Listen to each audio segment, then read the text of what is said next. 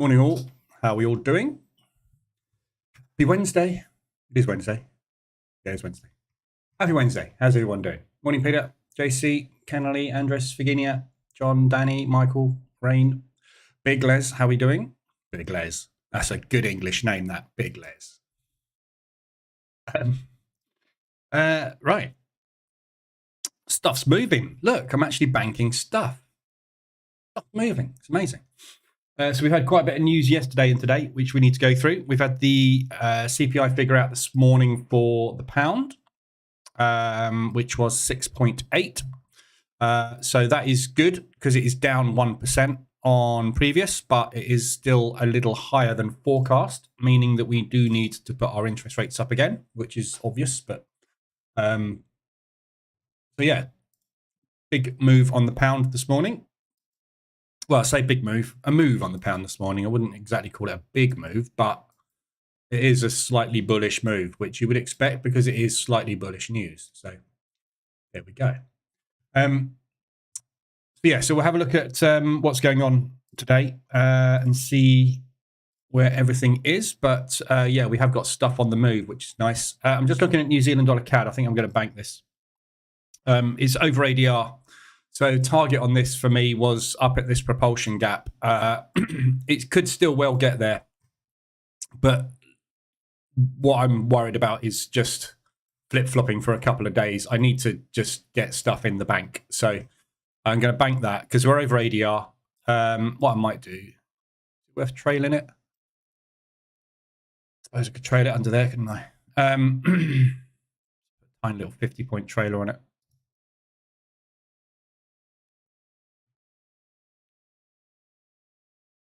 There we go. So trailing New Zealand CAD, just tight trailer. If we get another move like that, fantastic. I'll take that much extra. But we're over ADR today off of the New Zealand dollar interest rate news. So I'm going to put that in the bank. It's 0.25%. I've done a little bit of DD control this morning on stuff. What have I done it on? Oh, Aussie New Zealand, by the way, is also banked this morning. So that banked on the news. There. So Aussie New Zealand, that was the H1M5 mean reversion entry from Friday. So straight in, straight out on the news on that one. And DD control on Euro odd this morning. There. And also on odd US. DD control done at the swap on that one. So yeah, when that New Zealand CAD banks, that just basically banks into profit for the day, which is good.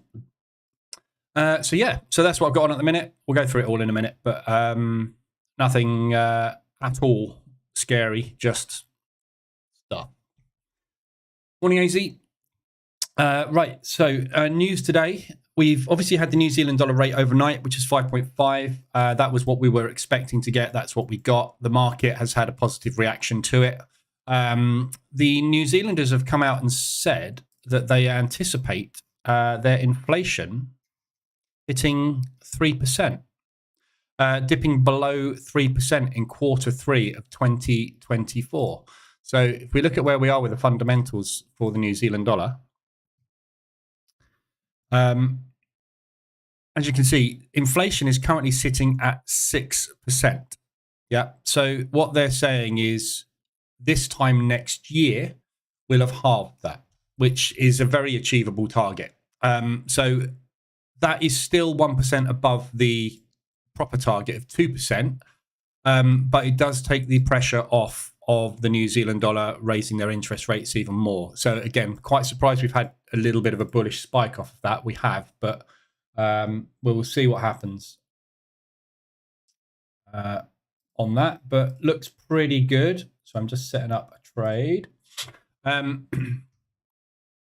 So New Zealand dollar, as I say, has had a bit of a bullish spike off that news today, which is obviously how I'm getting out of that one.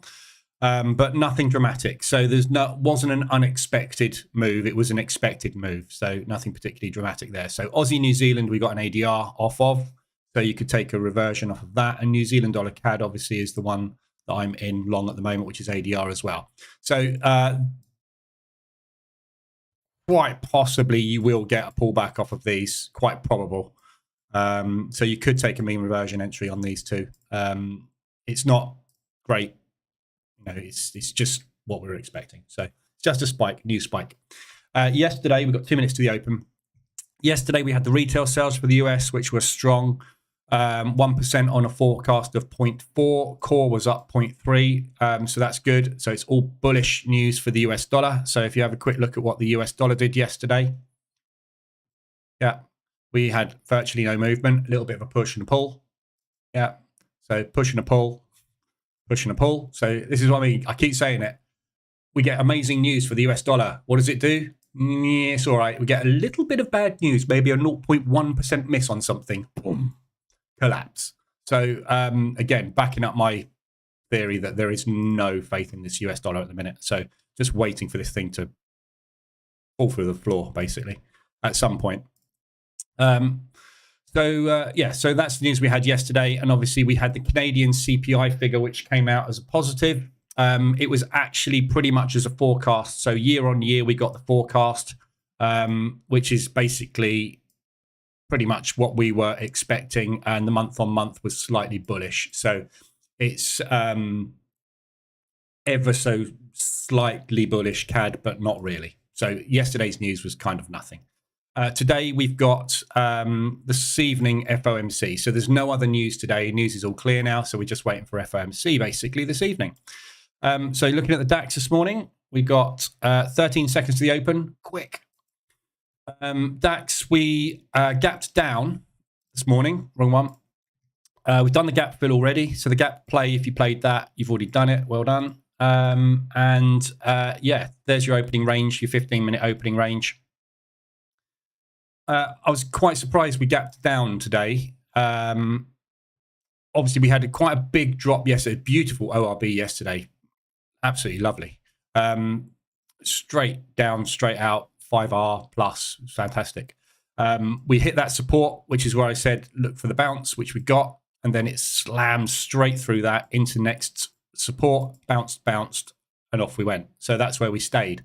So they've gapped down today. So this is the second gap down below this level of support that we had kind of formed.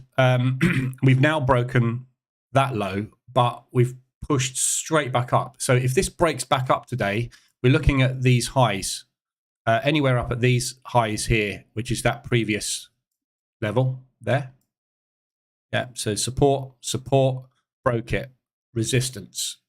Yeah, we've got this gap fill still to do. We're not making any progress to it at the moment. So I still think we've got a bull run, but I'm wondering if we're basically going to do this in September, because at the minute we're not going anywhere, are we? Yeah, it's a very, very tricky one at the moment, but we've got that gap fill to do. This gap is going to get filled. Just not wanting to really make any progress to it at the moment. So we'll see where we go. So at the moment, you've broken the highs, so should be long on the DAX. Yeah, not quite. Hasn't quite got me in. So offset basically hasn't actually triggered me, but you may have been triggered on that. So upside risks, basically, initial one is there. Downside, there isn't any. If we break to the downside today, basically exchange open really is the only support we've got. Other than that, look out below, because we've broken out of that low, haven't we? So we could drop quite dramatically today. We'll see. See where we go. But at the moment, not a lot of movement. Very lackluster open. Morning, Jerry. Morning, Steve. So looks like I'm going to trigger long.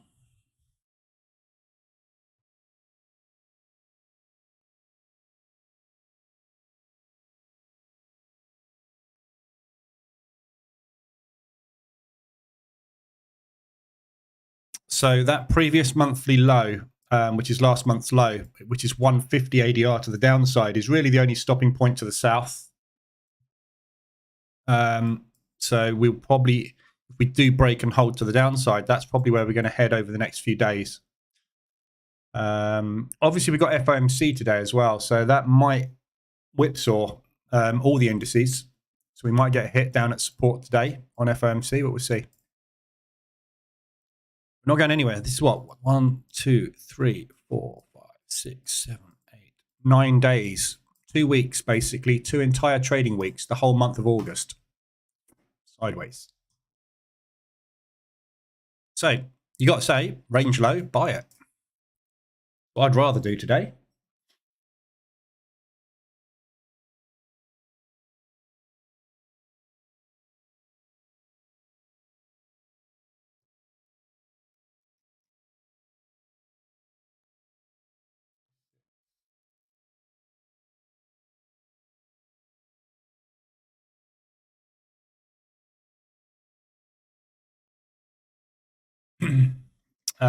Dow is breaking long as well.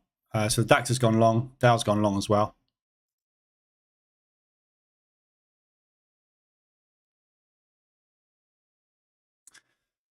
So, yeah, watch this level to the upside.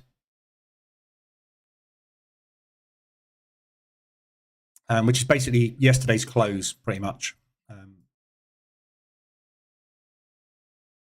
That's around about 3R of that 15-minute range. See where we go. Not very quick open though. So we've got 25 seconds left. We just watched this 5-minute candle close, which doing a massive amount this morning.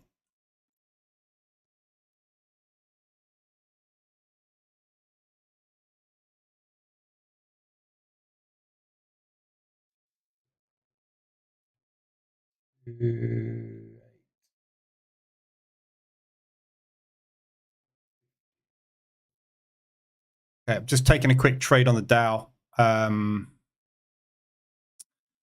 target for me is basically here.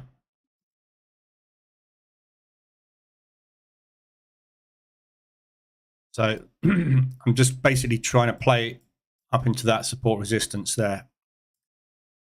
If we can get there, if we can break long and continue this break, obviously. We're out the Globex high. This is a new high in Globex. The Dow. See where we go. Right, let's have a look at the FX stuff. Okay, so I'm out of the New Zealand dollar CAD.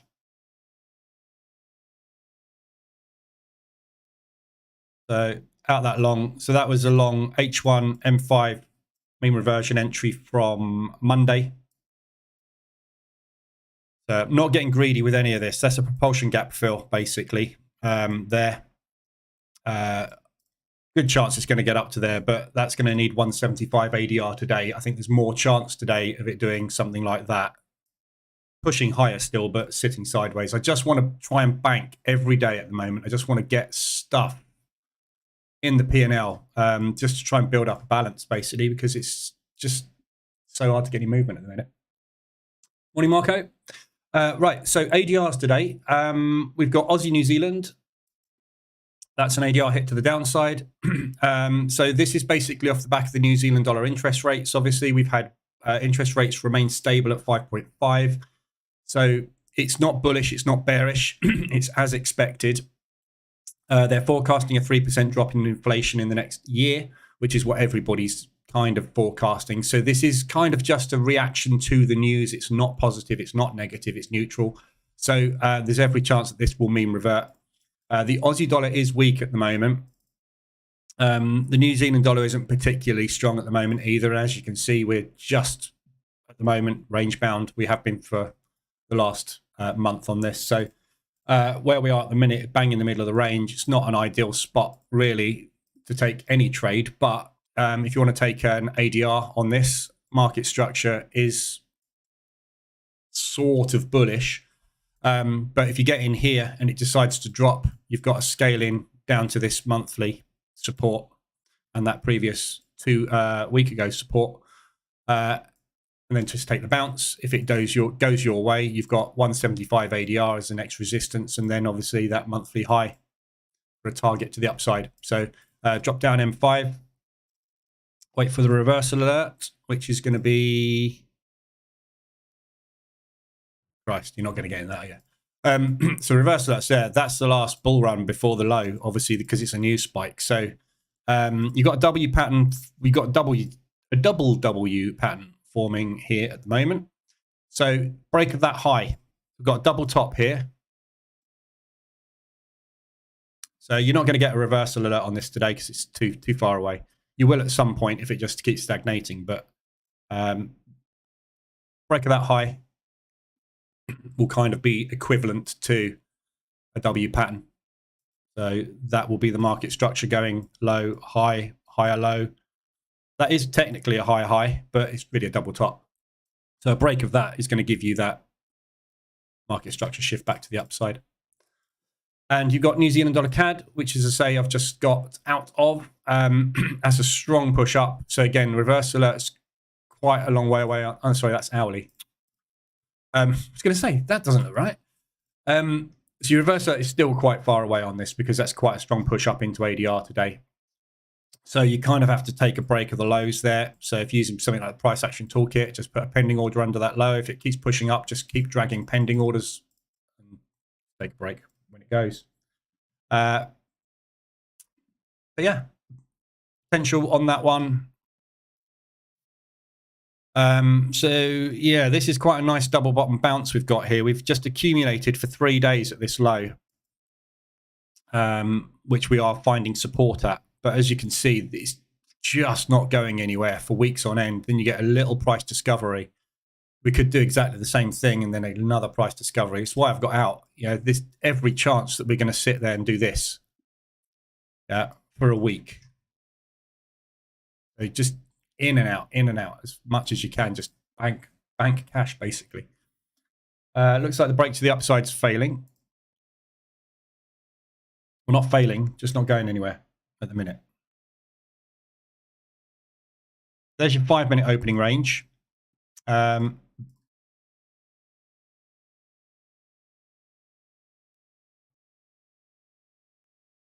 your 5-minute ORB is broken long. So whatever you're taking today, whether you're taking pre-market or 5-minute, you're broken long. So not really any movement though.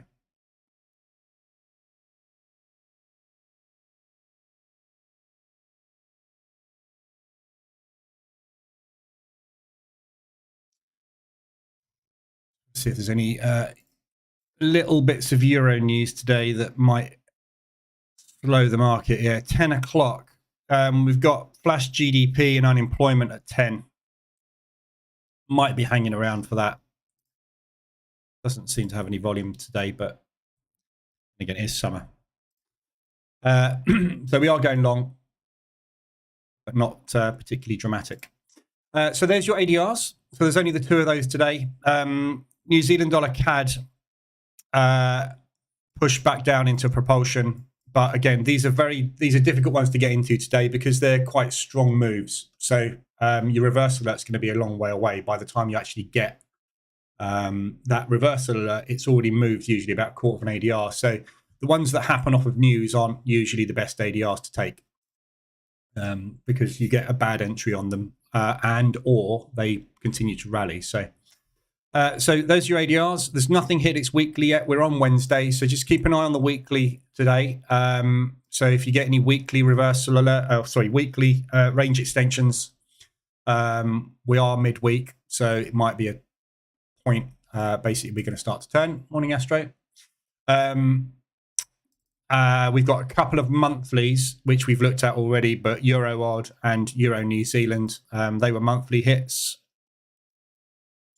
I'm already in short on that Euro Odd and on the Euro New Zealand. So these have already done their monthly ranges. So nice M pattern reversal starting there. So that's all starting to play out. And Euro Odd, certainly slowing down, but hopefully that's just starting to be a rounding top. Right. RSI's flat as a pancake. So we'll go through all the pairs again today, I think, because there's nothing to look at on RSIs. RSIs are flat. We have had some RSI extensions, obviously, as you can see, because I'm in lots of pairs. But these RSI extensions are, some of these I've been in for weeks already. And the others I've been in and out quick. So as you can see, from all these RSI extensions I've got into, nothing's really moved. The worst case scenario we've got is 0.36 in drawdown on the US dollar CAD at the moment, which I've been in for 1, 2, 3, 4, 5, 6, 7, 8, 9, 10 days. Not gone anywhere. So, yeah. But no RSI extensions to look at today. So Aussie New Zealand is the only thing extended on the 14 RSI, and it's just about 70-30 level. So it's an ADR hit. So whichever signal you take, RSI 14 or 70 ADR, it's along the net at the moment. DAX really stalled out at the highs. This propulsion move at the end of day yesterday, holding sellers basically by the looks of things.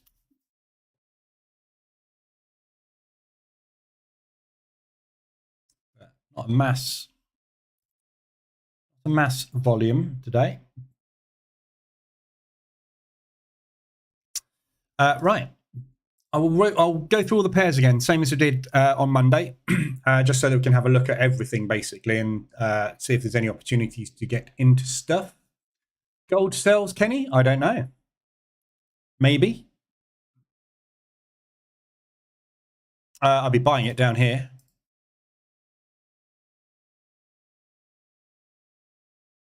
What are we expecting? Oh, yeah. Right. I just stopped out my Dow long.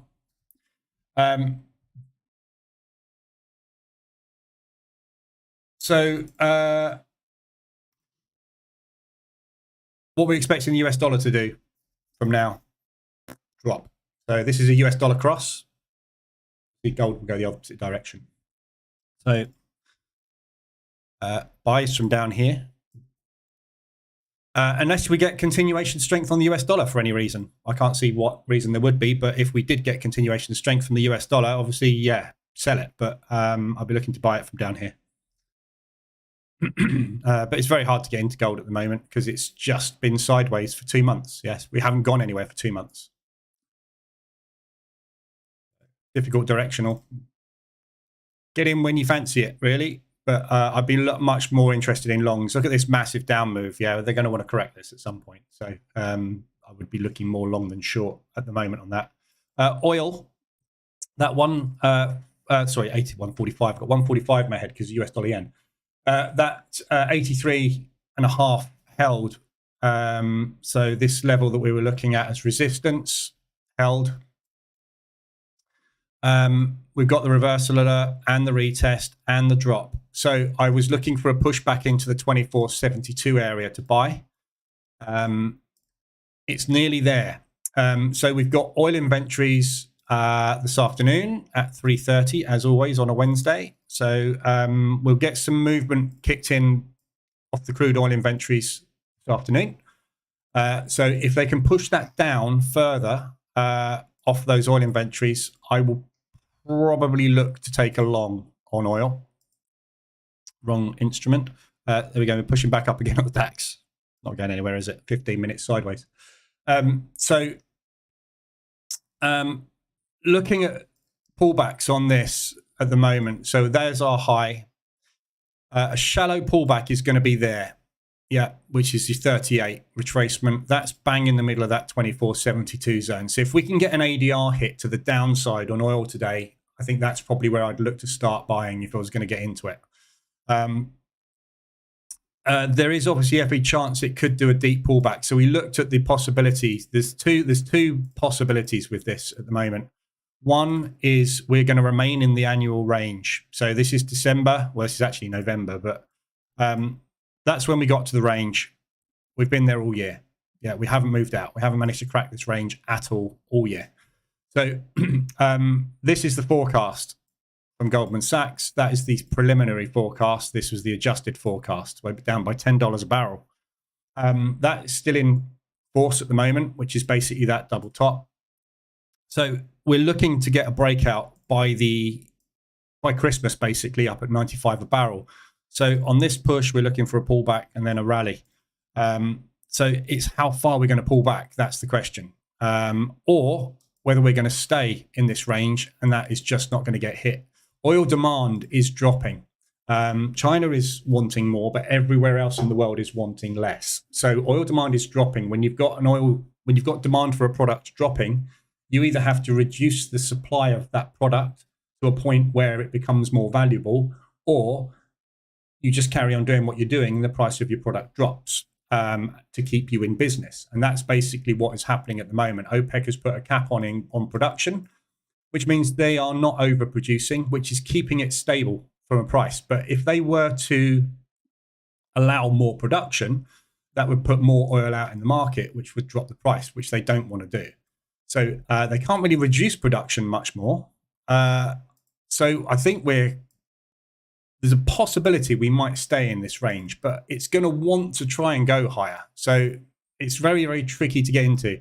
I would be looking basically, as I said, for a pullback into this area, but with awareness that we could be dropping further, even down into there. So if you think from a market structure perspective, if we're going to go long, that low is not going to get invalidated. We'll be looking at areas of previous price reaction for support, which is 61.8. Yeah, so this area here, which we used as a previous resistance, broke it, used it as support, is an obvious spot. That's exactly 61.8 retracement, which is a deep pullback in a long trend. So it could go all the way down to there. So if you wanted to start a position trade on this, bear in mind you're going to be long position trading this for weeks stroke months. So start there, scale in down to 61.8. If you start getting down into here, you're in a range. It's your choice whether you hold it for that bounce or not. But I've been watching this thinking, shall I short, shall I short, shall I short? I should have done, but I can't bring myself to short something that's going so nice and orderly on its way to the target we thought it was going to go to. So we will see, but that's oil. So we'll see where that goes. DAX broken out to the upside. There's the Dow. I just stopped out on that.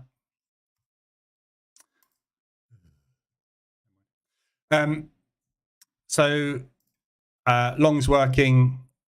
T1 for me is up basically where we closed yesterday.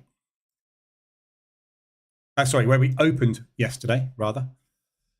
Need to watch this propulsion gap here for possible signs of sellers as well. But it's nicely on its way. We've got multiple resistance points here where we could have limit orders triggering. So there's plenty of places this could stall out today. But it seems to be going well at the moment.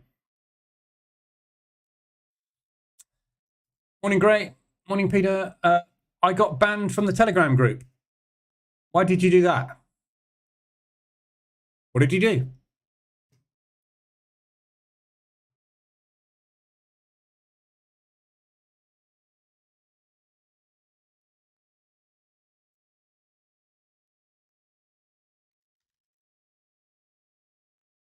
What's your Telegram name? You have to tell me. You was going to say DM me your Telegram name or email it to me.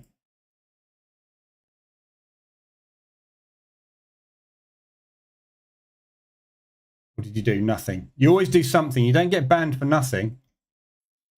I'm just going through the ban list and looking at. I can't even see you in there.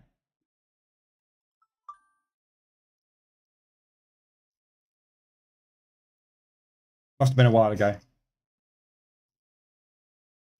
Anyway, send me your details. Dax has just hit a big sell order there. Right, starting at the top, I guess. So the only other things I can bank at the moment today are a little bit of Euro New Zealand, which is a short. I've got 4 positions on that. That's the biggest position I've got on at the moment with 4. So initial entry was.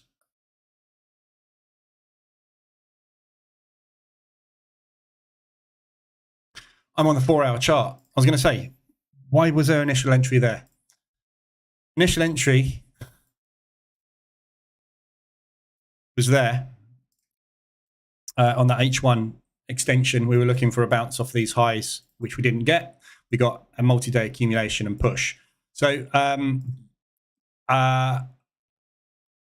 done 2 drawdown controls on this. If this gets below ADR today and this position gets into profit, I will take that one off down there. So this 287 that's running at the minute, I'll pop that down there as well, basically, because if we can get down to ADR today, and I think there's a good chance of that with this New Zealand dollar strength, if they can continue the rally, there's a potential support there. And there's obviously potential supports coming up here at this propulsion gap.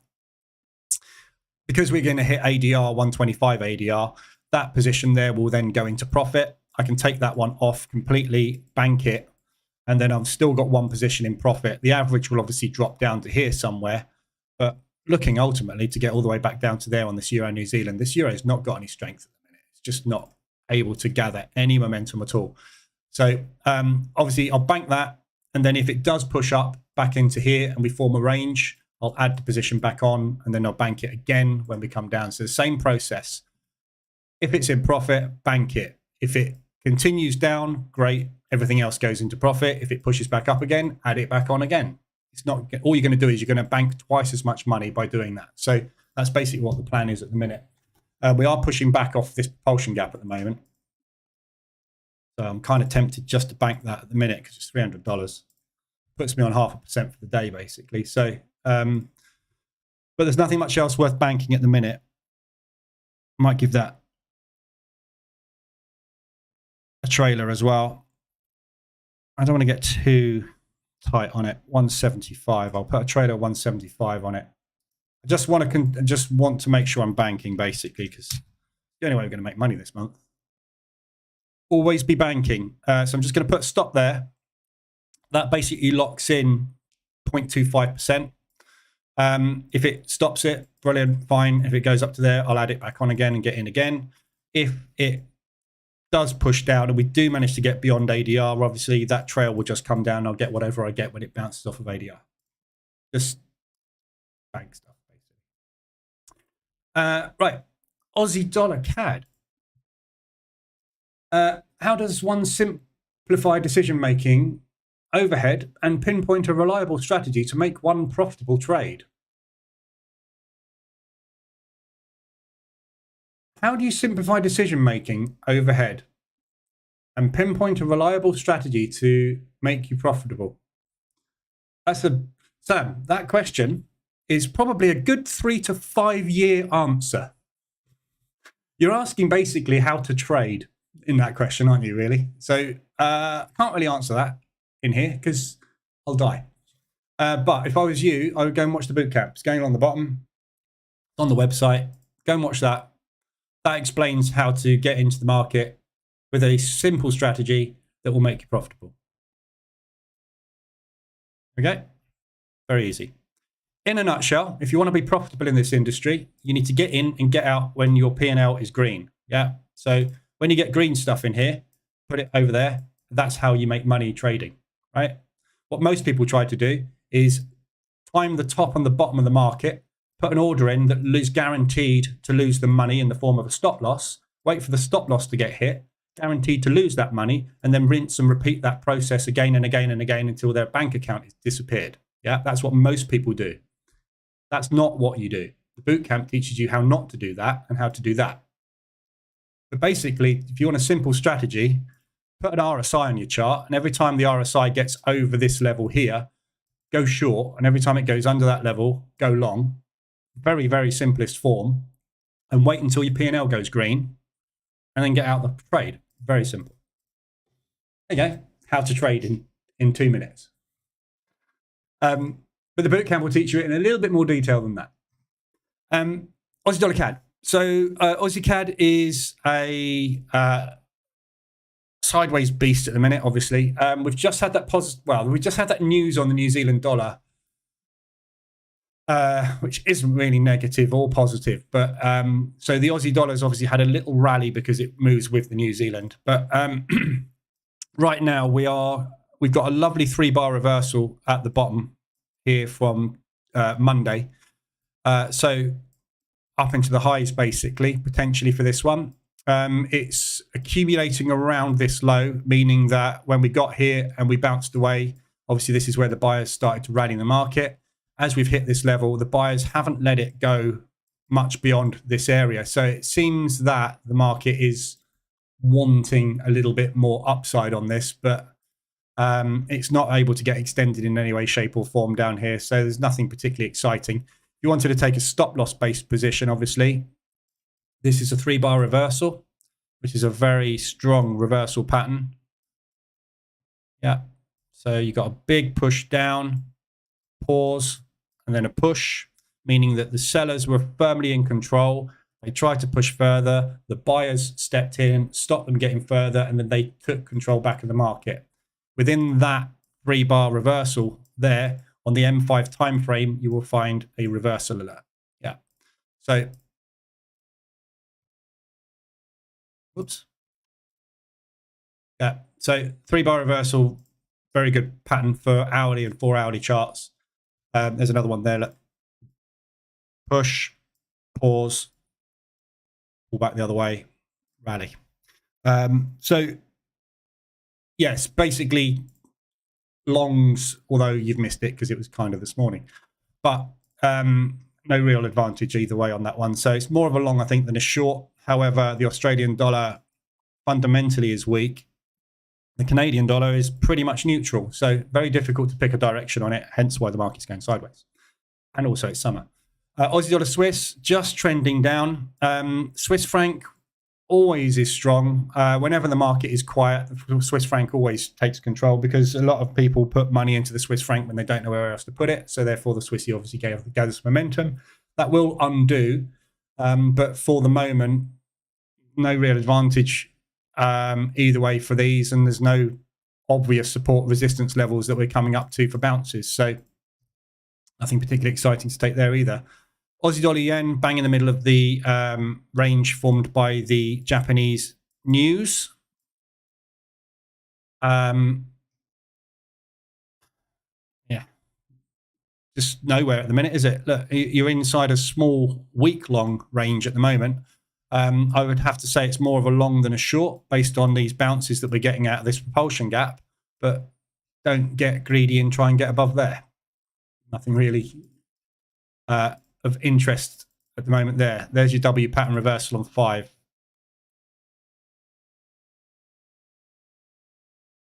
But I mean, it's just so slow, so slow. The yen, I was looking at the yen when I came into the live room this morning. I was just scanning through to see if there was any overnight yen news. The Japanese have been very, very tight-lipped about this 145 break on the US dollar yen.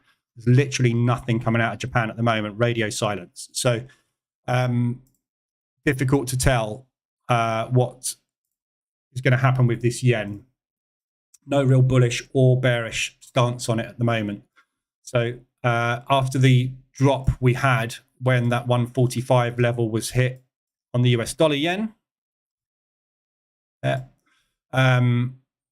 we've pushed all the way back up to it, but very, very tentatively broken that high. That's not a break, proper decent break, is it? That's a less than an ADR move to the upside to get above the 145 level and then sit there for 2 days. Not convincing. We just had a reverse alert as well. So the sellers have certainly stepped in there, but whether we're going to hold at that level and then just gradually grind up to 150, which is the previous intervention level from Japan, don't know. So this is either just a slight push and now we're going to pull back down below it, or we are just going to kind of grind up there. Hopefully we don't do the latter because I'm short.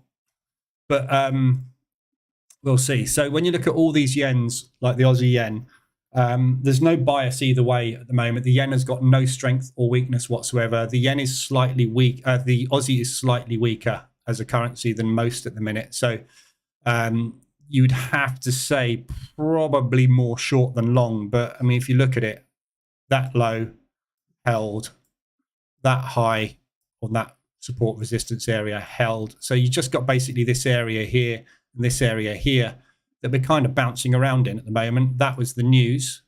So you can take that out of the equation because that was just market movement. Sell the rumor, buy the news, buy the rumor, sell the news type thing. So it could go absolutely anyway at the moment. So nothing there. Aussie New Zealand, out of my short on that from the H1 M5 mean reversion entry, bang in the middle of the range.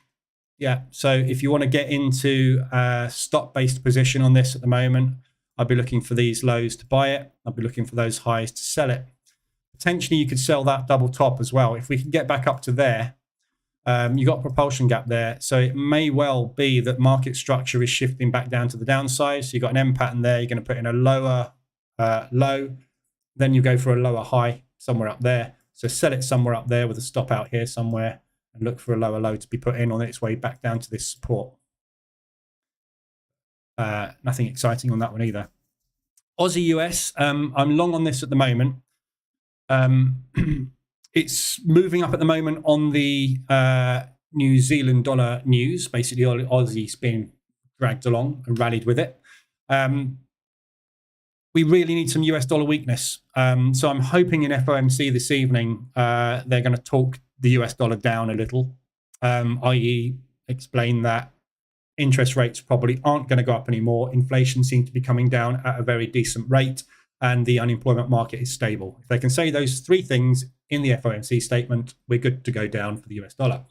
So obviously, longs at the minute based off of this massive move, looking for a pullback up into all these propulsion areas here. But we're not getting any traction because the Australian dollar's had bad news with the CPI, and that's tanked the Aussie. So we're waiting for the market to forget about the Aussie CPI figures and concentrate on the US dollar. Hopefully we'll get that move starting soon. But at the minute, it's just out the lows, sitting in the middle of nowhere. CAD Swiss, bottom of the range. So there is a potential long opportunity on this one. Again, Canadian dollar will go with the US a lot of the time. And if we're going to get drops on the US, then we could see this pulling back down further. So it's a good technical long from this area. You've just had a reversal alert short, though, showing you that the sellers are actually in control at the moment. But if you drop down onto lower time frames, you find you'll have a reversal alert to the upside as well. Yeah, it's just doing that. So you want to buy the lows and sell the highs, basically. So any of these low time frames, M5, M15, just wait for reversal alerts, get in, nice wide stop, and try and get out as it moves up, basically. But again, nothing exciting to look at there, but a technical bottom potentially for a long. I'll take that.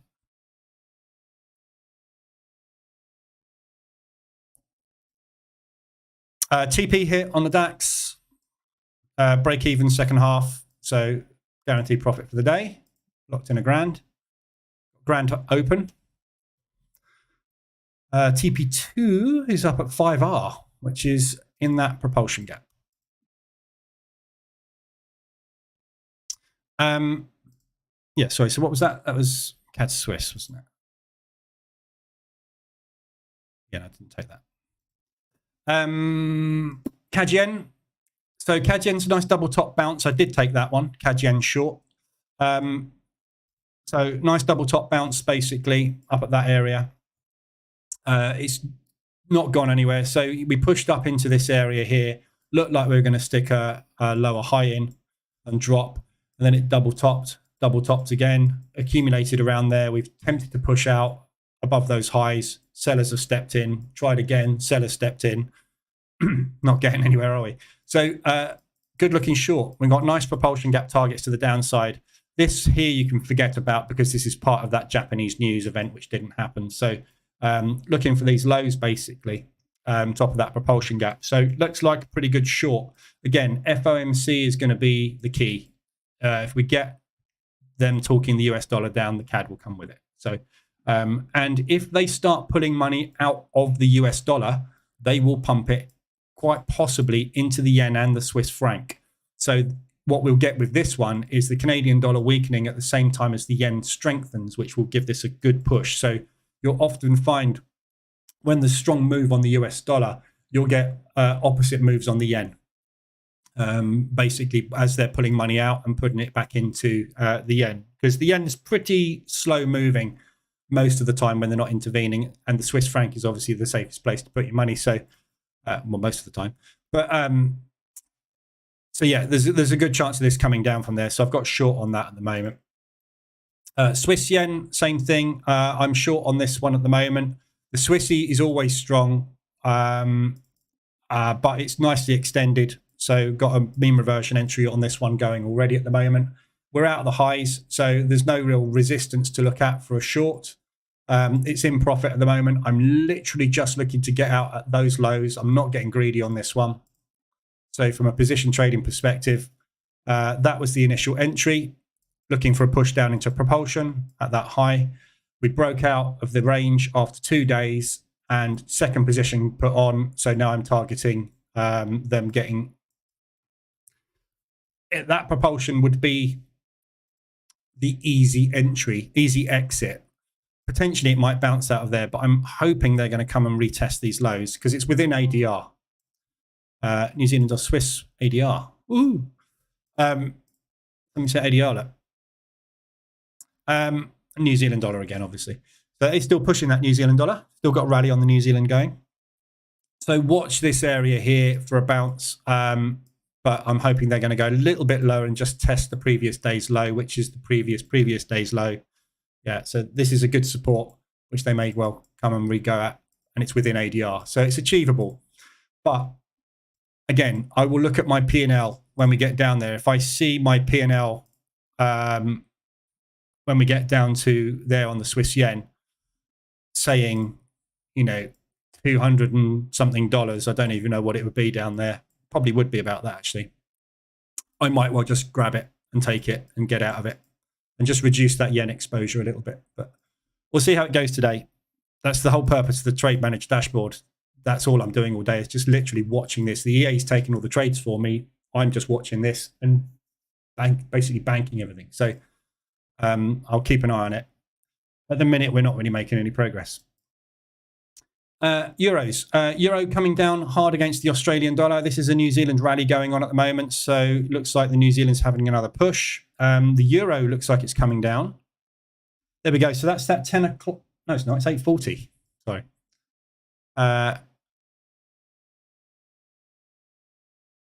This is a Swiss franc weakening. This is the Swiss franc weakening. For some reason.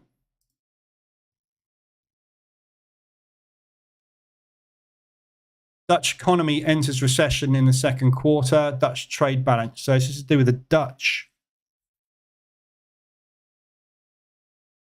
Quite sure why that's impacting the Swissy, but it is.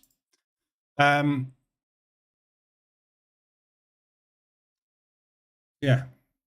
Don't know what that was, but anyway, euro odd. Let's go back to the euro where we were before. So euro odd, I've got 2 on this.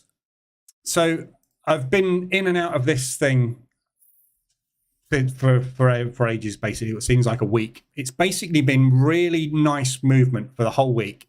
So I've seen P&L on this going up, down, up, down, up, down all the time. So that was the first entry there. No, it wasn't the first entry, sorry. That was the second entry. I'm going to say I thought I'd been in this a bit longer. Yeah. So that's the first entry there. H1M5 mean reversion.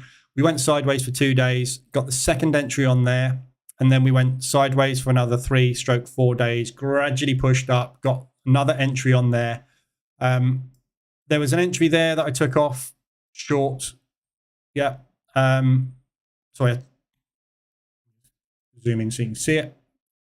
So that entry that took there took off short, got added on again, took it off again, It's been added on again. I'm just going to keep rinsing and repeating this process. This is a good example of what I keep saying about in this type of market condition in summer trading. Get in, get out, get it on again, get it off again, get it on, get it off, and just keep banking it. Yeah, if you just keep getting in and out constantly, let the EA get you in, and when you get down to a decent amount of money, take it off. Best case scenario, it continues going your way. You don't make more money on that one, but the rest of them go into profit. Worst case scenario, it goes back on and you can have another bite of the cherry. Just get it off again. So that's basically what I'm doing with this one. As you can see, it's pushing down at the moment. So we've got this move here from yesterday that's formed a nice propulsion gap. So potentially we might find buyers in there if the market structure is going to remain bullish. Yeah. So I will get out down here. If we can get an ADR hit or 125 ADR hit, something like that, I'll get out of the position again, assuming it's not going to carry on and do 200 ADR when there's no volume. And just keep doing the same thing until that euro weakens or we get some strength coming through in the Australian dollar. But it's just grinding up at the moment, so I shall just keep banking. Drawdown control is being done along the way by the EA, so it will keep doing DD control on these if we keep pushing away, and I'll keep banking profit to help pay for the drawdown control. Just all you can do in these situations at the minute where it's just up and down like this. Euro CAD, out of a short on that one on Monday. Very little profit just because it's just not going anywhere. So we're in the range at the moment for the last week. This high is where I'd like to take a short, potentially at ADR. So if you get an ADR hit to the upside on that, that'd be a good short opportunity. Bear in mind, we've got FOMC this evening, so likelihood today is going to be that. Probably not going to get masses of movement on anything that's not Australian dollar or New Zealand dollar related today. But this evening we might do. So longs, shorts, potential shorts. I mean, potentially that area there is holding quite nicely at the moment. So longs down there. Yeah, I mean, if you look at the range and what we're doing at the moment, no problem taking long shorts there and longs there if we're going to remain in the range. If we're not going to remain in the range, you're going to get stopped out if you use a stop loss. If you are going to remain in the range, profitable trade. We can do. So just look at the range highs and lows. Euro Swiss, same sort of thing. We got a double top there off of that previous 3 week ago high, which is there, this area here, which held very, very nicely. That was a previous support area, which turned into resistance. Yeah. Selling it up there after these propulsion gaps are all filled. We have got this fly in the ointment there as well. But again, we're going to need the euro to strengthen. The euro has just got nothing at the moment. It can't get going. Lagarde's silent. Lagarde hasn't spoken. In fact, none of the banking heads have spoken for ages. But Lagarde specifically, dead quiet. Nothing coming out of the ECB at all, which isn't helping the market whatsoever. Just keeping an eye on the DAX because we're up at the highs. Just hit resistance there. I am trailing this, so I'm just locking in more and more profit as we go. So if we do get a pullback on this, I'm just giving myself breathing room to try and get a big run up into propulsion. Don't forget, we've got that massive gap we're aiming for. So the market could well rally hard because it's got to get up back up there, hasn't it? So Euro Swiss, yeah, lovely shorts. That's 175 ADR. You're not getting there today. There is a potential down here at ADR for a long opportunity. But again, sideways. By the way, this analysis that I'm doing is kind of a hybrid if you're new in here. So obviously I normally do position trading analysis because we've normally got ADRs and RSIs to look at. There's nothing at the moment. So I'm trading support resistance bounce plays as well. So this is what I'm looking for, support resistance bounce plays, basically, to look for areas to trigger trades, basically. So Euro Pound, bang in the middle of a range at the moment. We've got a nice propulsion gap from this accumulation that we're sitting in right now. Last entry on that was there. One short there. Haven't traded this really for the last month because it's not moving. So longs out of propulsion, basically back up into there. You've got no other targets to the downside. This is tiny little propulsion gap here that got retested, so I'd forget that. So watch these lows at ADR. So either you're going to bounce, one or two things is going to happen on this. So you could do kind of a mini position trade on this if you wanted to. You could take a trade out of here, assuming that this propulsion gap is going to hold. They've added to it yesterday, and it looks like it's finding support at the moment. So you could just try a long from there.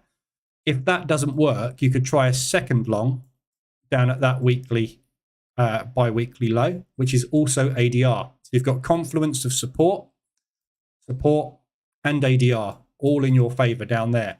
That would be the perfect spot to start a new position, but it could bounce out of here. So you could take one from here, add maybe second. So put half the position on there, half the position on there.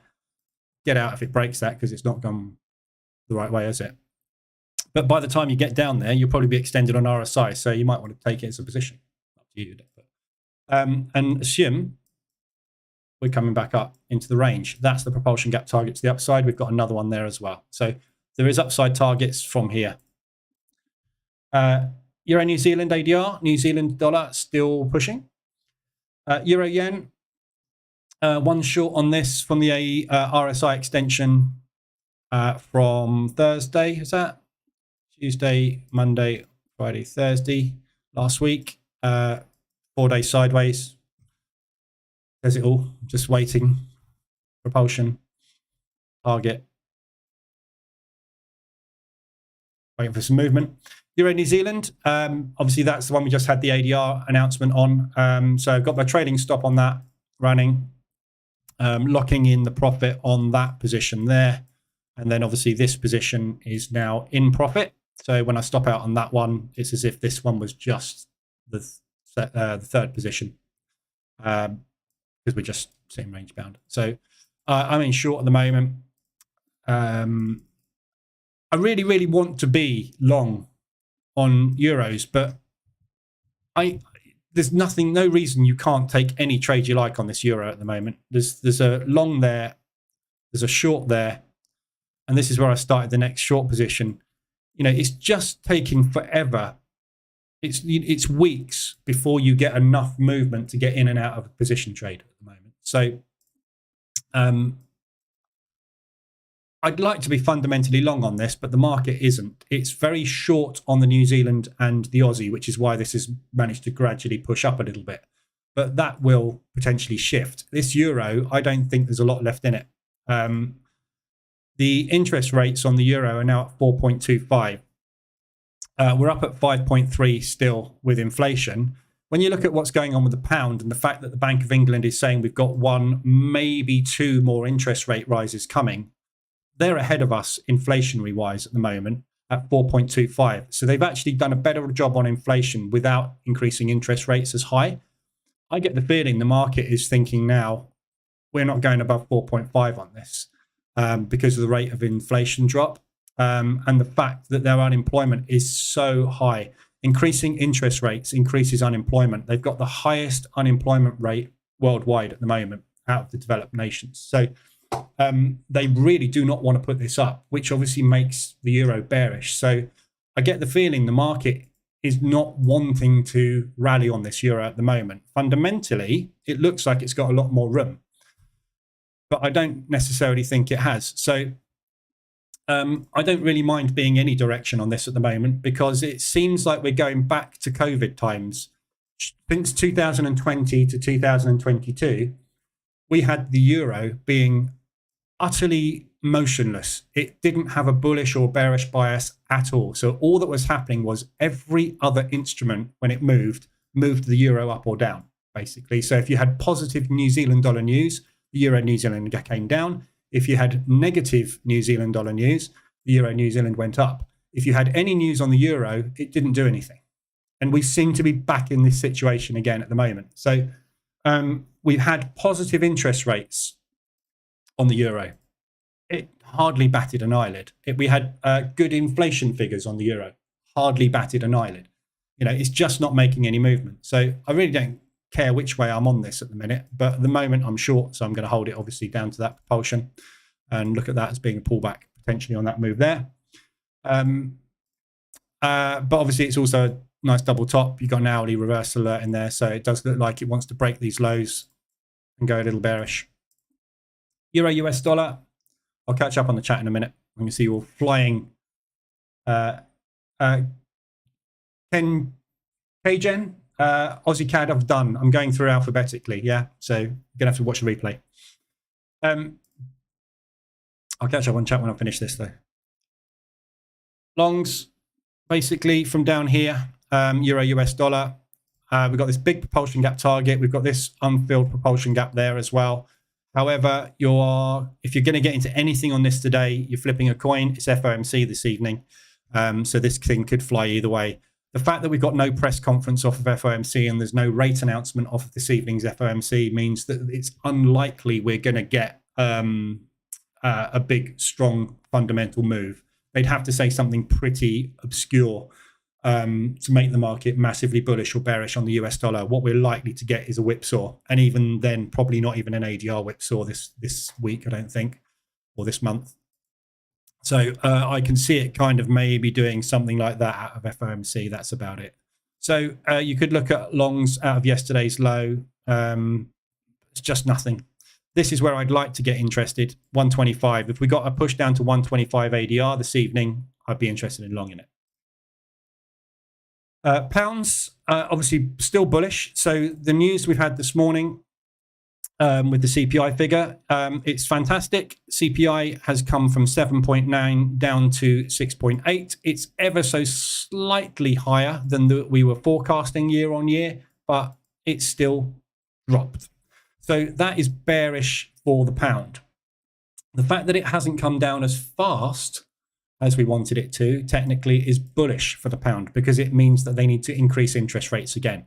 So next week is interest rates for the pound. So the pound interest rates come out. No, it's not. Sorry. Just had pound interest rates, haven't we? Sorry, what am I talking about? Is it the week after?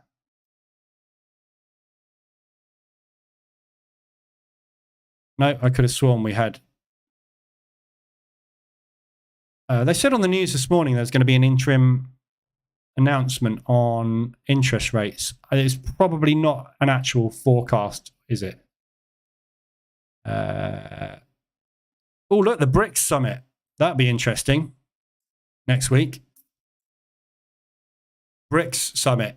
So they're starting to have a summit now. Bye-bye US dollar. Yeah, there isn't that. Ignore me. But there was talk about basically the Bank of England doing an interim interest rate analysis next week. I thought it might be on there, but it's not. It's not the official interest rate announcement.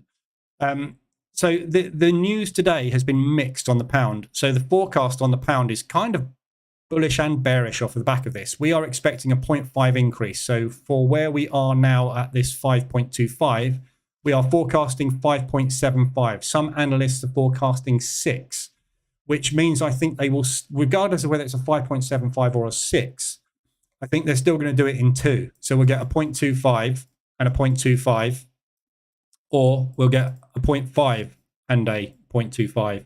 Yeah. So one of those two is going to come into fruition over the next 2 months. So by end of Q3, we will know where we are with interest rates. We're coming down fairly decent rate now on the inflation. So for the pound, moving forward, DAX is pulling back off of this high. So we've got this nice propulsion move there that we seem to be supporting at the minute. So for the pound moving forward, it is still bullish. We've got good interest rate rises coming. So I think there's a good chance that we're going to get some more continuation on this.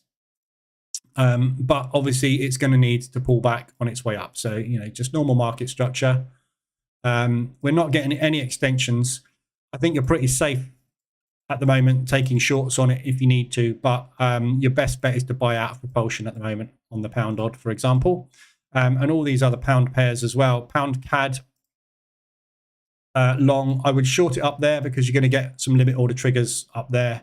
But buying it out of here, which is where it's gone from today, up into propulsion. We've got lots of propulsion gap targets to the downside as well, which may well get filled. So, you know, nothing it's all taking forever to go sideways. You're getting ever such slight increments over 2 days and then going sideways forever. Bit of a push and then we'll go sideways. Doesn't matter which way you trade this thing at the moment. You're not really going to get RSI extensions on it because it's not moving fast enough. New Zealand US ADR, so that's I think that's a full house on New Zealand, is it? No, we're missing New Zealand dollar yen and the pound New Zealand. So yeah, big strong support resistance zones. Potentially that resistance support propulsion could be a short. So an ADR hit today, you could take short. Obviously the CAD is going to move on FOMC, but very difficult to call that at the minute. So I'd be looking at those highs. Very difficult to pick any kind of a bounce out of those lows. Nothing obvious there, is there? Pound Swiss highs. So that is an obvious support bounce turned resistance. So we'll get a reaction there. Or if it does get down to here for any reason, long it again because that's a range. But the Swiss franc obviously is notorious for powering up when there's problems. So if there's any negative news on anything like the US dollar, the Swiss franc will power up, which will drive pound Swiss down very quickly. So if we do get any big, strong Swiss franc movement, I'll be looking to buy it out of there. But there's a potential sell there, which is 150 ADR. So we're approaching ADR today on the pound. We're in a propulsion gap. So there is a good opportunity for a short, possibly today on this. Can't go far enough to go to M15. So if you look at where we are in relation to those highs, so that area there is 125 ADR. So if we can get to 125 ADR today, which possible, we've had some positive movement off of the news with the pound. That would be a good short, but potentially back down into these propulsion gaps. Other than that, not really interested in the pound Swiss either. Pound yen is the same as all the other yens. I've got a short on it from an H1 RSI extension there. One drawdown control done. 3 positions on it in total now. Just looking for some kind of yen strength. Not getting it at the minute. So targeting above those highs. But again, if we get down to there, that one will probably come off. And then hopefully we'll get a continuation. If not, I'll add it back on again. But this is still rallying. This one is probably the worst short to take against the yen at the moment, the pound, because the pound is probably the strongest currency at the minute. Pound New Zealand, got 2 shorts on this one at the moment. This is almost back to break even. My target is again there, which is just above that propulsion gap, above that resistance, which would expect to turn into support. However, we've got this area here, which I will be watching like a hawk.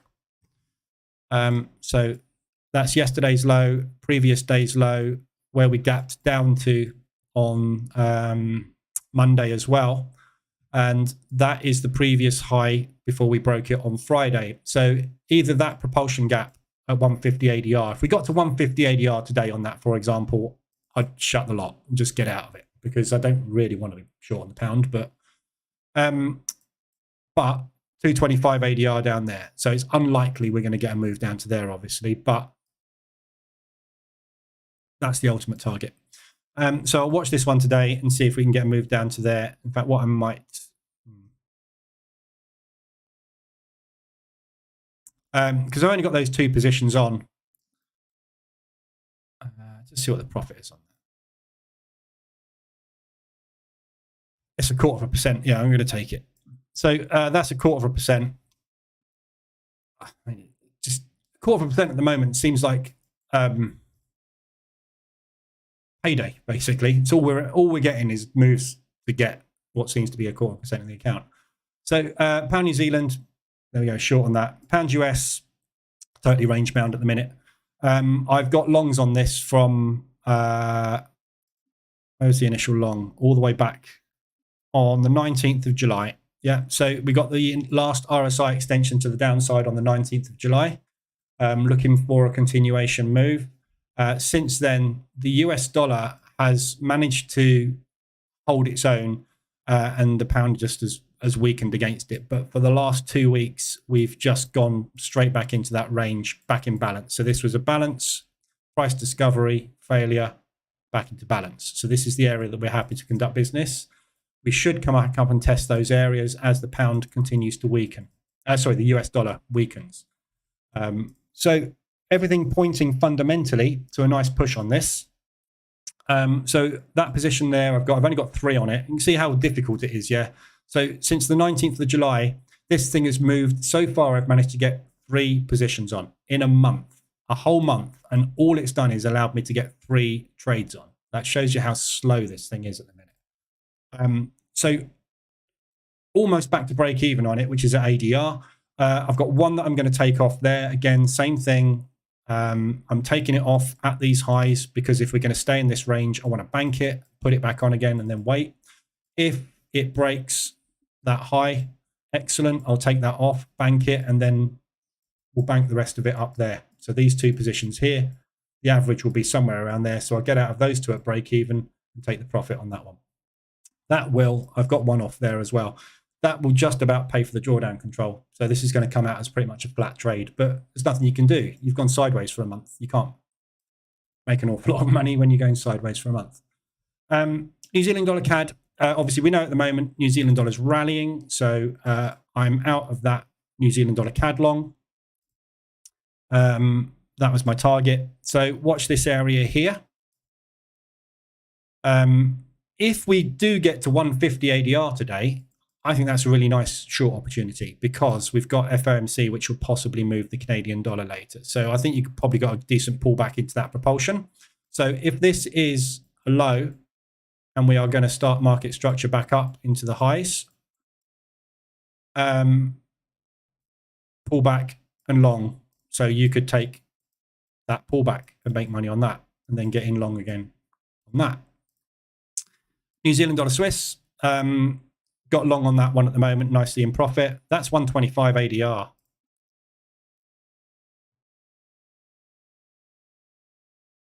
It's just not even worth banking.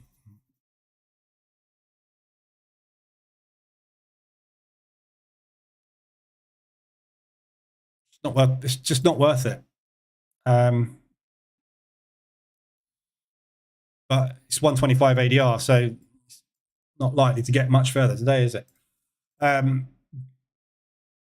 Yeah, that's a nice double bottom bounce from there. So longs, New Zealand dollar yen stuck at the moment. This is a beautiful bounce off these lows.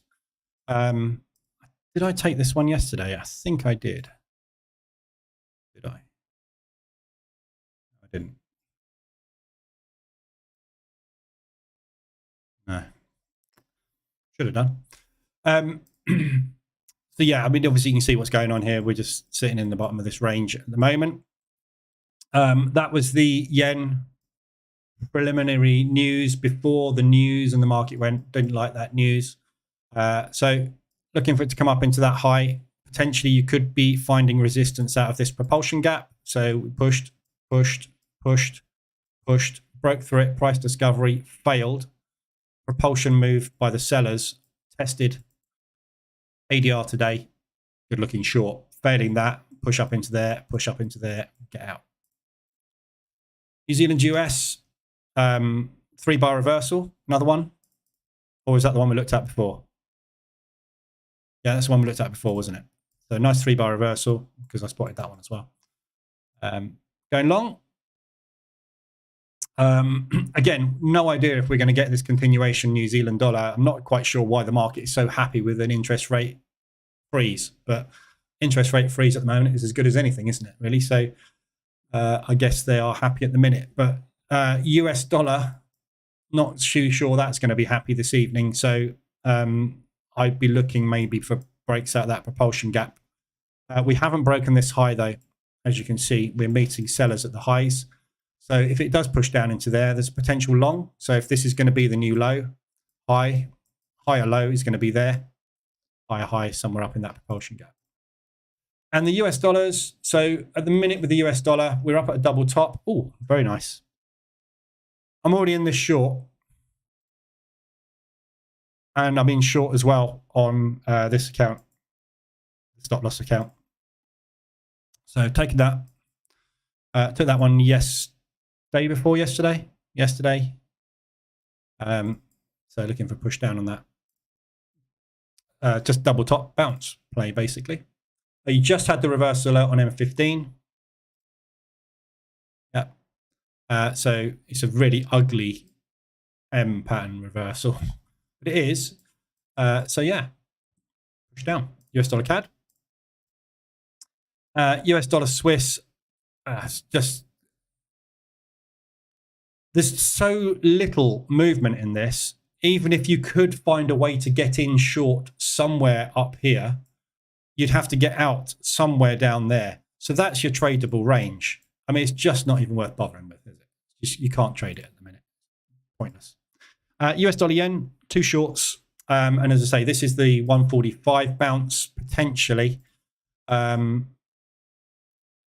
need to see. The market hasn't really given a lot of clue. I said last week, we're at a critical point in this one on Friday. We need to see what happens on Monday. Monday, they pushed above it, broke below it, and didn't do anything, and then finally cracked it. Yesterday, we didn't go anywhere. Today, so far, we haven't gone anywhere. So not really any clues as to whether or not this is holding. It's almost as if they're like poking a stick at the Japanese to see what happens. And if there's no reaction, I think we'll probably go. But not necessarily because of US dollar strength, more likely because of Japanese weakness. This is showing that we've got a weak US dollar at the moment, or fairly weak US dollar at the moment. Not particularly strong, but not that weak, but it's not rallying hard. And we've got a yen that just seems to be rolling over against every other currency at the moment. So the yen is massively weak. So this, I think, could just grind. Could be one of these grindy moves that just goes on and on and on and on to the upside. So I'm short at the moment. I will scale in as usual with it. The problem with this one is there's nothing until 150. So there's your last intervention at the 150 level. There's nothing until we get back up into this propulsion gap off of the intervention. So there's a couple of highs. There's this kind of accumulation anywhere in there. Basically, we could get a reaction. But it's really clear sailing, isn't it? So we'll see. We'll see what happens. There you go. There's a rundown of every pair. Ta-da! Basically a load of rubbish. All of it at the minute. So just bank what you can when you can, if you can. Any opportunity. Just bank stuff. DAX holding at the highs. Tightening trailer on this.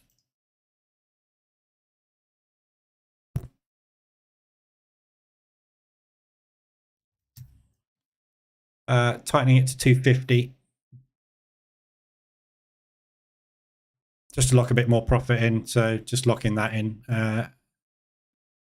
Because we are starting to run out of steam, and I don't like where we're starting to run out of steam. Sellers won that. They just started to win this, haven't they? So locking in a bit more profit. Right, there we go.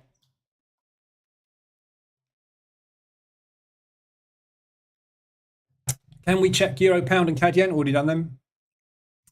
Do you do omnidirectional testing like forward bias and backward bias? No. Yesterday, the Bank of Japan and Finance Minister intimated they were more concerned with the speed of yen selling rather than the level. Read into that what you will. I did look through the news yesterday. I didn't see anything yen yesterday either. I did quickly scan through it this morning. But I didn't see anything, unless I missed something.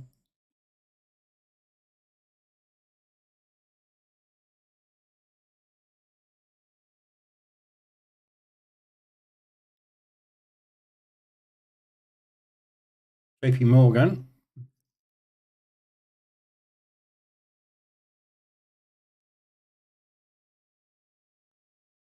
Oh, yeah, there we go. Look, yeah, here we are. Ah, right, okay.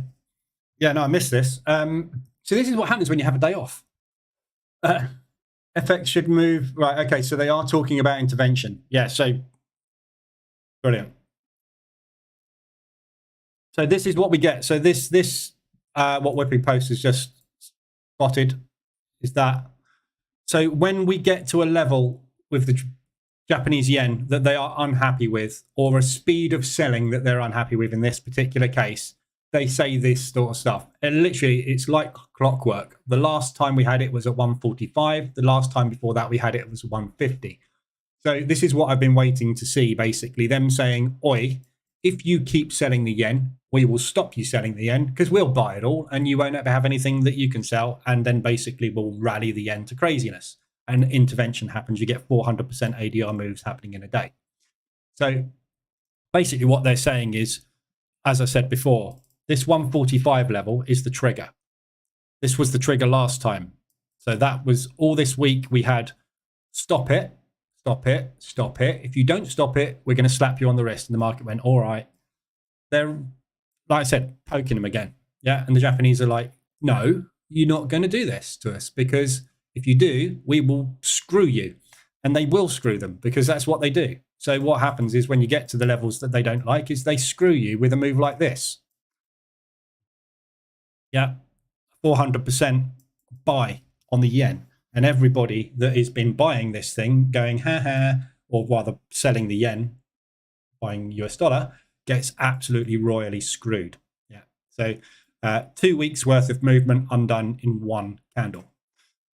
So that is what basically the market fears. And this is why the market did this, because it had to get out of the positions, because it was going to be forced out if it didn't.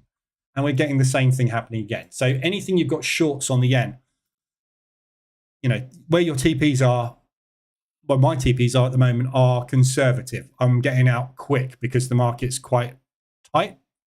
If we see a sudden drop on a 4-hour candle, a la that, widen your TPs, because there's a good chance that that is the start of that. And you could get an awful lot more out of it. Obviously, it depends how long you can hold it for. But yeah, there's talk again. So that's probably why yesterday we got that. Yeah, so that was on, what day was that?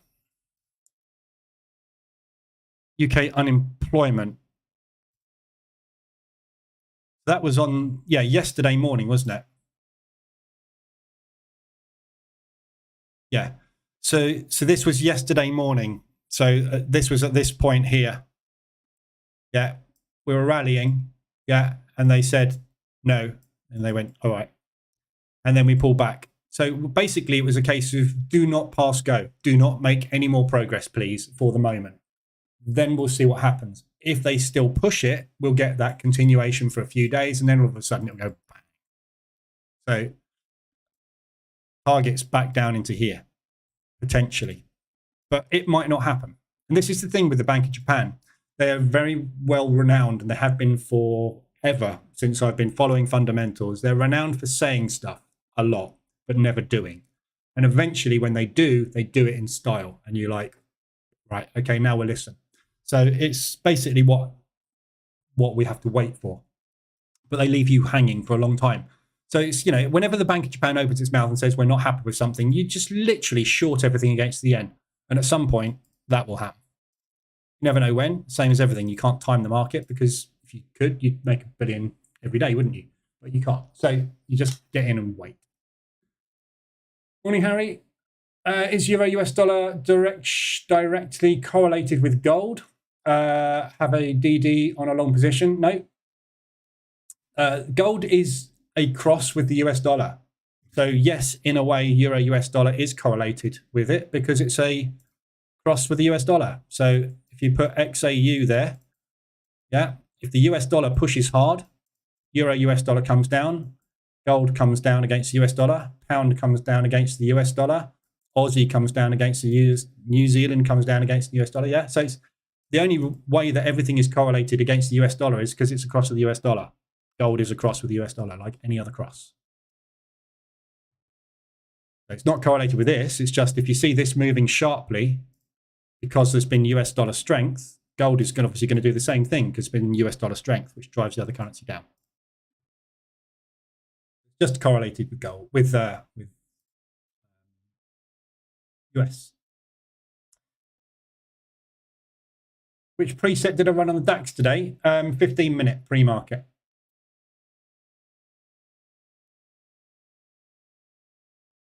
Thanks for subscribing, Ken Keatlow. Well, good name. Thanks. Welcome aboard. AZ, in a market like this, how about putting on some Bollinger Bands and taking reversals at 1 standard deviation? You could do that. It's mean reversion, same as anything else. Do it. Not for me, but yeah, you could do. If you're going to do that, I mean, if you look at it, look at the positions I've got on, yeah? I'm not exactly short of exposure on the 21 RSI at the moment, am I? I don't really need to change. The 21 RSI has got me into a lot of positions. So I haven't needed to fall back on the 14 RSI yet. Just bank some more. That's that other New Zealand. Euro New Zealand. There we go. So bank that Euro New Zealand on the pullback from ADR. So there's your ADR bounce, reversal alert at ADR. So I'm out. And obviously, if it pushes up into there, I'll add it back on again. Get it off later. Yeah, try it. But the thing is, you know, bear in mind, like I said, in the bootcamp, the position trading methodology works with any mean reversion strategy. You don't have to use my strategies. You can use any mean reversion strategy to position trade. How well they work, I couldn't tell you because I don't do them. But in, you know, Bollinger Bands, yeah, take that. If it doesn't work and it pushes up again outside the Bollinger, take another one. If it doesn't work, push up again outside the Bollinger, take another one. At some point, that Bollinger Band extension is going to revert to mean. That's your exit. Exactly the same as the RSI extension, except this measures strength. Bollinger Bands measure deviation in price. So you can, with a Bollinger Band, the difference between I mean, all indicators tell you something similar in a market condition. But with a Bollinger Band, what you can have is price doing this. Yeah. And getting extended outside the Bollinger Band and continuing to do that and run the top of the Bollinger Band. Yeah. With an RSI, to get extended above the RSI, you've got to have sustained buying for a period of time, relative strength in one of the two currencies for a prolonged period of time, meaning that banks have made a move. After the banks have made a move, they have to profit take the move. That's why the RSI I find more preferable for mean reversion than Bollinger, because Bollinger can trigger a lot on trend, a lot of false signals. In a range, it's probably the best indicator out there, Bollinger Band in a range. I don't think you can beat the Bollinger Band. Or even the stochastic. But, you know, the stochastic's got a bad reputation because it's utter shit. It's crap. But the only reason all these indicators are crap is when they're not in their market conditions. There's mean reversion, there's range. You've got range, trend, or rather mean reversion, trend, and breakout. There's only 3 types of strategies you can trade. There is only 3 conditions in the market. It's range bound in mean reversion. It's breaking out, or it's in a trend. There's only 3 states the market can possibly be in. Bollinger Bands and oscillators measure mean reversion and range. So in trends and breakouts, they fail. Moving averages are great for breakouts and trends. Yeah, and support and resistance as well is good for that. They fail all the time in mean reversion, range. So whatever indicator you use, so if you say, right, market's flat at the moment, I'm going to go to Bollinger Bands. In 2 weeks' time, when the market picks up, every single trade you take on the Bollinger Bands is going to fail because the market's going to go into trend. This is why no strategy works continuously, because the market is not in the same market regime continuously. You're in different market regimes. Therefore, mean reversion strategies will work most of the time in trend and in range, whereas trend and breakout only work in trend and breakout. This is why we're mean reversion traders, because mean reversion trading works in a trend as well, because a trend has to have a pullback, a mean reversion. So if you're in a trend, you are also in a mean reversion state during that trend. In a range, you are only in a mean reversion state. You're also in a false breakout state. So breakout trading doesn't work. Trend trading doesn't work because obviously we don't break out. So this is why mean reversion is the best. Any mean reversion strategy is the best to take because it works in 80% of market conditions, whereas trend trading and breakout trading works in 20%. So if you stick Bollinger Bands on there now, you'll be fine as long as we stay quiet.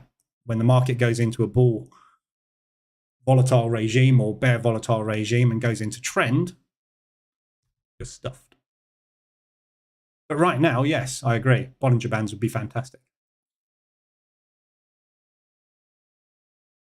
If I place a manual reversal trade with the EA, can I still set automatic drawdown control? No, the EA manages its trades, not yours. You manage your own trades. Morning, Neo. You're late again. Or can the Price Action Toolkit be programmed to do drawdown control? No, it doesn't do that. Price Action Toolkit is a scalping tool. So that just does what that does.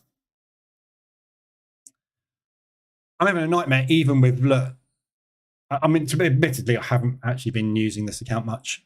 So I've missed loads of good trades. But the ones I've taken, I did a 4.5% gain on Monday. I took an 7.6% loss yesterday. I've got 6% open profit at the moment. I got 26% TPs. So if this lot all hits TP today, that's going to put 26% in there. It's even hard trading support and resistance at the moment because it's not even support and resistance is either working or it's just not working, and then it starts to work. Too late, it's hit your stop loss. Stop losses, pointless, isn't it? Anything uses stop losses is pointless. So if this pulls up, I'll need to add that back on. If it does manage to just accumulate for the rest of today and then it drags down tomorrow, I'm going to need a good couple of days of down to get out of this. But to be honest, I will probably take it off at break even or just beyond break even in this propulsion gap, because I've banked enough to cover the drawdown. So pulling teeth, literally pulling teeth this month. Swiss yen, already done that. Pound New Zealand, can I sell if you want to? Why are you asking me? You're the trader.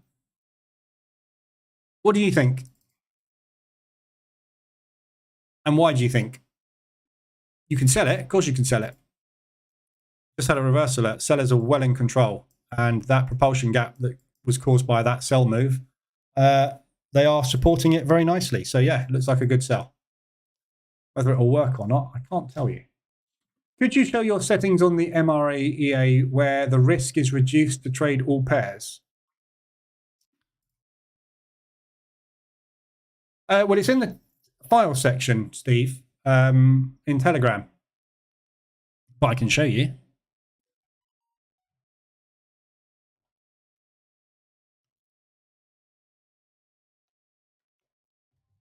We'll have to wait half an hour for the VPS to boot up. I don't know why it takes so long.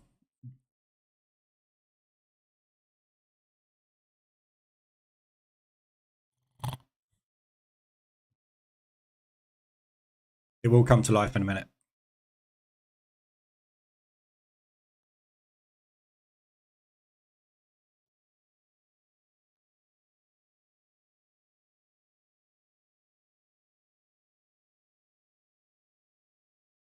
While we're waiting for that, Dax is retesting the highs. So if we get that break and that level, this is the bit I'm interested in breaking. So if we can break that level there, Oh, wrong one.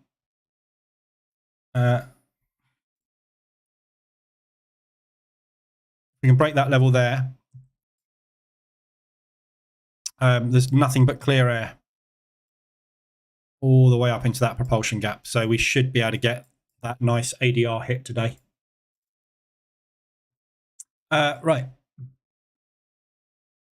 So ADR reversals done 4% this month, 3 point something in drawdown. Euro New Zealand, it's stuck in. So this is H1 mean reversion. So the only setting that I've changed, well, there's two settings I've changed on it. So the main difference for running the reduced risk is the percentage of balance to risk is 0.1 instead of 0.25. So the normal H1 M5 mean reversion strategy, in fact, all strategies for position trading with the EA, I use 0.25% for the initial position, 0.25% based on half an ADR stop loss. Yeah, so ADR mode for the stop loss and using half an ADR. So it gets in, places its stop half an ADR apart. That is what the lot size calculation is done off, and then it shuts off that stop loss. So that is the main difference, dropping to 0.1 instead of 0.25. The other differences I have are, I don't know if this is a difference, but this is what it's set at. Positions are 0.75 ADR apart. So it's got to move 3/4 of an ADR against me before I get into the second position. Lot size multiplier is 1.3, which is always the same for all those set files. The drawdown control is on minus 1.5. So it's got to move 1.5 ADR against the position, and then it closes out 1/3 of that position. So that's the same. It's still closing out 1/3 of the position, but it's waiting 1.5 ADR. So the theory is when you take a trade, if it moves 3/4 of an ADR against you and gives you a reversal alert, yeah, you can get in with the second position, bringing your average up to there. And then as price pushes down, you exit those two positions. Done. You don't have to do drawdown control because it's just a simple 2-position entry, which is what the majority are, 2 or 3 positions. If it moves 3 positions needed, i.e. 0.75 ADR, 0.75 ADR, which is 1.5 ADR, yeah, we take our next position, but at some point up here, we do drawdown control on that first one. So we reduce that down slightly. That stays as it is. We take another position. So the average that was there will push up above that position. So we've got a nice, quick, easy out on at least a 50% retracement on that. So all we're doing with position trading is, if we're wrong on our first entry, yeah, we're looking at a pullback play, aren't we? Basically, a profit take on the move. So it's either going to be that, or it's going to be a profit taking continuation. So when we've taken our first position, we want to keep our average or our target somewhere around there. If we need to take a second position, we can move our average up, etc., etc. And as we keep pushing and adding more positions on, we need to keep that average above, ideally, a 50% retracement. Usually that's around about an ADR or so. So that's all it's doing. So the idea of that having 1.5 ADR and that scaling in at 0.7 ADR is to give us a chance to get a couple of positions on and get out of them without having to take a loss. If it goes 3 positions, then we will have taken a loss on that first one, 1/3 of it off, bringing our average even closer. And don't forget, we're scaling in with slightly larger lot sizing as well. So we're keeping everything tight and easy to get out of. But that's that set file that's running. So the main difference, I think, is that drawdown control is 1.5 instead of 1, and that's 0.75 instead of 0.5, I think, on the original set files. But they all work, it all works. It's just, I prefer this, personally. And target wise, I don't really have a target set. So the closing profit here is set at 1.5 ADR. So if the position gets 1.5 ADR in profit, it will close it all out for me. it's not going to get there because I'm always setting my targets within 1.5 ADR. It's rare that I'll get 1.5 ADR. If the target is beyond 1.5 ADR and it pushes, I'll get out. Yeah. So that's not really a target. I've got one set because obviously everybody that wants to backtest is going to see it get out at 1.5 ADR. In reality, I would get out when I get out, but you've got to have something set. Otherwise, the EA would never be able to take profit, would it? In the backtest, that is. Not that that means anything, a backtest, but I mean, it's just, it's got to have something. Hedging, 8.3% done this month, 19% drawdown. So still sitting in that same 10 to 20, which seems to spend 99% of its life in 10 to 20% of drawdown, as you would expect with a hedging strategy, but just keeps building that bank up. That's doing pretty well. H4M15's done 3.4% this month, 2.6% drawdown. Euro New Zealand again, same as I think all of them are in Euro New Zealand.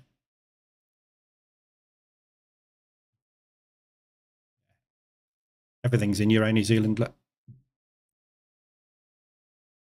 That's the worst VD on the ADR set file as well. But does that answer the question? I think it does, but it's in the group anyway. So that set file is called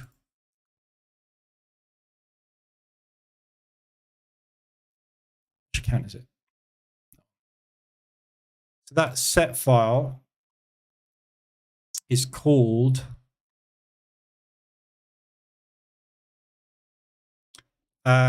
Lee H1M5 mean reversion July 23. So that's when I started using that variation. And then there's that one, that new one. I think they were both in the file section for Telegram. But these are obviously only MT4 because that's all I use, and hardly anybody uses MT5. There you go. Okay, DAX has pushed up to 3R, so trailing at 2R. So I'm just basically locking in the range basically as a trailer at the minute. Looks like I'm going to get taken out on it. So that will be roughly 2 grand-ish this morning on DAX, which would be very nice. Oh, pound Swiss. We got a non-New Zealand dollar ADR. Pound Swiss. Oh, look at the pound, look.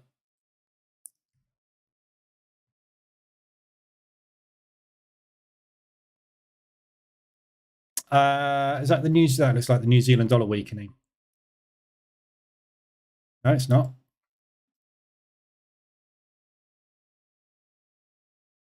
Pound strength. So another rally coming on. Bloody hell, look at that pound Swiss. Really weak Swiss franc. Just really strong pound. Really strong pound. So that pound one I can get out of. Look, $300 I can bank on that pound US. It's a really tricky trade, this pound US. Basically, the initial position was taken up there. Second position was taken there, which is absolutely fine distance-wise. But if you look at the distance between the second position and the third position, that was over an ADR. So that's 139 pips. ADR on it is 99. So it's nearly 1.5 ADR between the second and the third position because of the speed of that drop from where we got into that one. And then it just basically collapsed. Didn't manage to get a position on for 2 days because it just didn't give a reversal alert far enough away.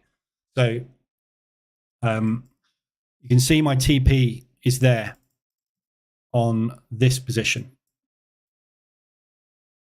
So if we can get a hit above 100 ADR on the pound US dollar today, which is up basically there at those highs, I'll be out of that one.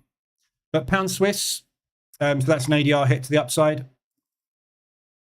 So we're over ADR. We've got a resistance. What line is that? That's probably from another pair.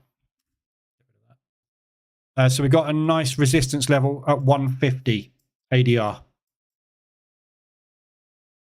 So if we can get a 150 hit today on the pound Swiss, drop down M5, Wait for a reversal alert. So you've not got far to go. 23 pips. So just over a quarter of an ADR to the upside. So if we can just continue this rally today and just grind our way up to there, hopefully New York can reverse that this afternoon.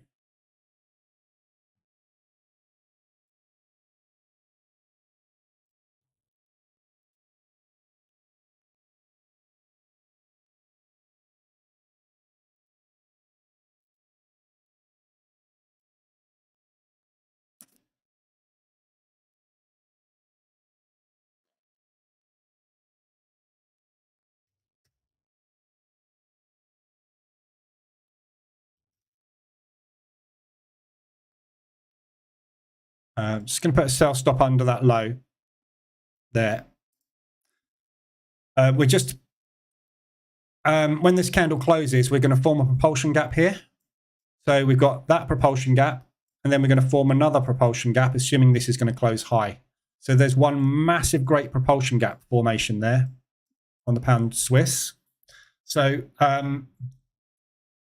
that is going to be target, basically, if it gets up to here. So if we can get a push up to there today, there's a very good chance that we'll come and retest the top of that propulsion gap there, which is a very nice little profit look. So all I'm going to do, I've put a pending order in there.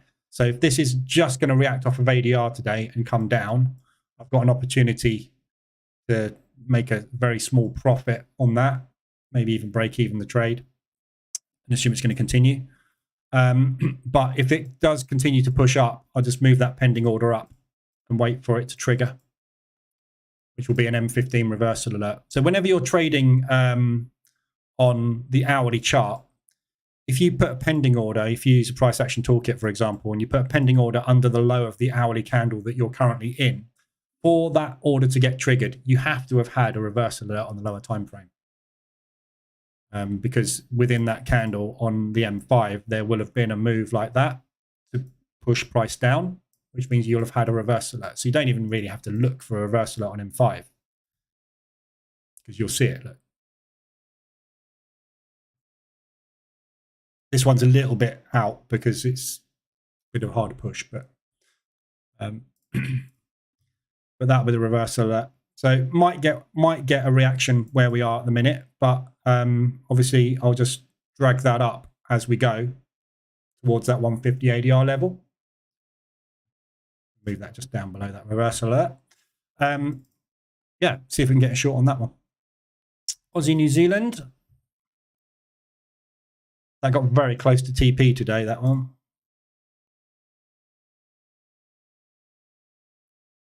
Didn't quite get there though. Pound US.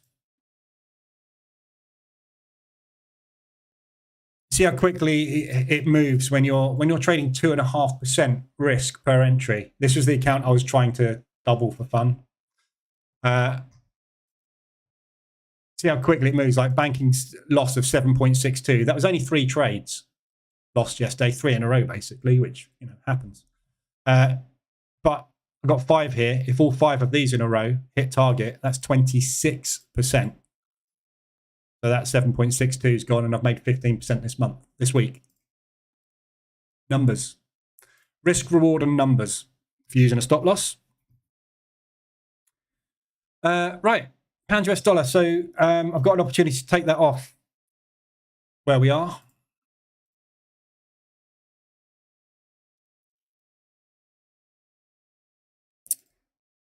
I'm probably going to regret it, but I'm going to let it run because we've got more movement to the upside. We have had positive pound movement off of the news this morning. So I'm going to give it the opportunity to do an ADR hit. In fact, what I'm going to do is I'm going to move that down to ADR just so that it's sitting on these highs rather than that high, which is this low here. So if we can get an ADR, that one's coming off.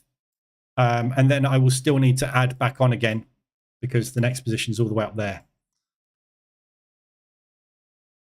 But just want to get that in the bank ideally today. Okay, that's all I've got for you this morning, which is pretty much everything, isn't it?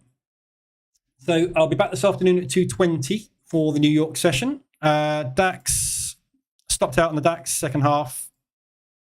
Still in accumulation. So we've basically been in accumulation for the last hour now at these highs. So might well go, but it's struggling, isn't it? So I'd rather have $2,000 in the bank than I mean, I'd obviously much rather have $4,000 in the bank, but I'll take 2. So that might well push up into propulsion. So if it does get to ADR today, I'd be taking that off if you're still long on it. So we'll trade the US indices this afternoon at 220, back at 220, and see how we get on with the US this afternoon. We'll have a quick look at the FX and what's happened this morning, but there's no other news today. So we've got silly little news like building permits and industrial production, but basically it's FOMC at 7 p.m. this evening. That's the main news of the week. So we'll get a whipsaw off this evening, so just be aware of that. But we'll see what happens with FOMC. You can never tell what's going to happen. And then tomorrow morning, we've got the Aussie unemployment and US unemployment tomorrow as well. So I'm not here tomorrow. I'm back on Friday. So, yeah, we have got potential market moving news tomorrow for the Aussie and the US. And then Friday, we've got retail sales for the pound and no news Friday. So hopefully Friday, they'll start unraveling positions. But keep your eyes peeled today on the ADR dash and RSI. If we get any decent pushes, there's